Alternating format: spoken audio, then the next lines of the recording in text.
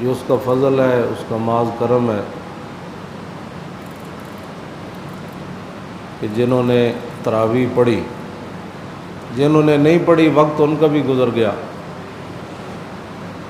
لیکن دنیا آخرت میں جنہوں نے پڑھی ان کی قیمت پڑے گی، اور جنہوں نے یہ وقت ضائع کیا ان سے پوچھا جائے گا۔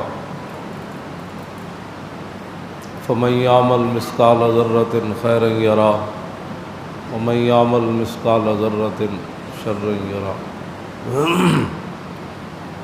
جو ایک گھنٹہ سوا گھنٹہ قرآن کے لیے کھڑے نہ ہو سکے، ان کو کیا پتہ کہ کتنی صدیاں قبر کے اندر لیٹنا ہے۔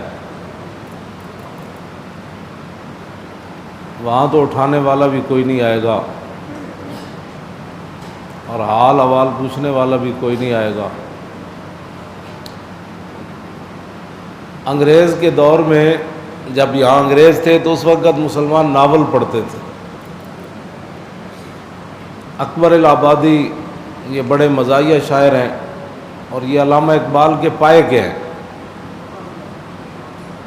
اور ساتھ سید بھی ہے۔ انہوں نے اس دور میں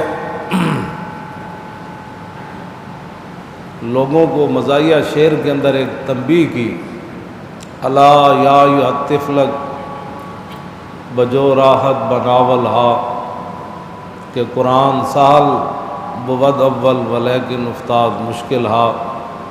انہاں کیا بھائی مسلمان بچے پہلے تے قرآن پڑھتے سن، ہن ناولاں نال اپنا دل بہلانے،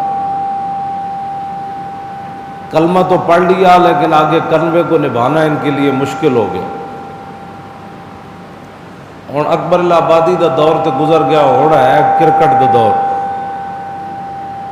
تے میں دے وچ تبدیلی انج کیتی، الا یا ایھا الطفل بجو راحت بکرکٹ آ، کہ